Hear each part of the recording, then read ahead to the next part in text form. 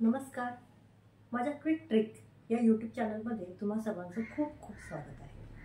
आज मी जरा वेगळा विषय सांगणार आहे जो लहान मुलांच्या संदर्भात आहे. लहान मुलं बेरीज करताना एकतर बोटं मोजतात किंवा रेषा मारतात. तर मुलांना माझा हा व्हिडिओ नक्की दाखवा, म्हणजे त्यांना समजेल की कमी वेळामध्ये कोणतीही बोटं न मोजता, रेषा न मारता बेरजा कशा करायच्या. तर आपण हे 5 अंकापर्यंत करू शकतो. तर इथे मी काही उदाहरणं दिलेली आहेत. 6 अधिक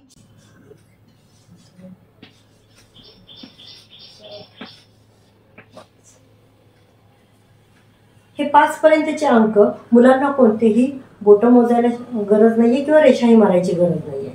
ते टॅप पद्धतीने करू शकतात. आता टॅप पद्धत म्हणजे काय ते मी तुम्हाला दाखवते.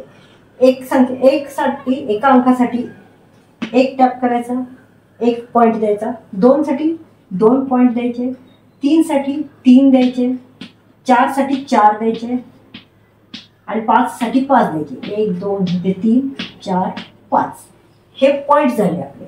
आता ह्याच्यावरती टॅप कसं करायचं आणि कशा पद्धतीने गणित सोडवायचं ते दाखवते. 6 अधिक 4, 6 मनामध्ये धरायचं. 6 7 8 9 10, 4 वरती 4 टॅप पॉइंट आहेत. 1 2 3 4, तसं 6 7 8 9 10, 8 9 10 11, 7 8 9 10 11 12, 9 10 11.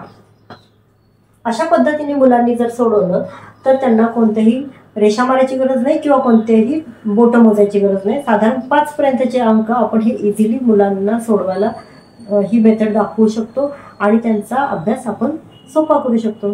तर माझ्या अशा काही तुम्हाला ट्रिक्स आवडत असतील तर मला नक्कीच कमेंटमध्ये सांगा आणि हे प्रयोग करायला द्या मुलांना आणि सांगा त्यांना, करून बघा, त्यांना कसं वाटतंय ते बघा आणि मला कमेंटमध्ये नक्कीच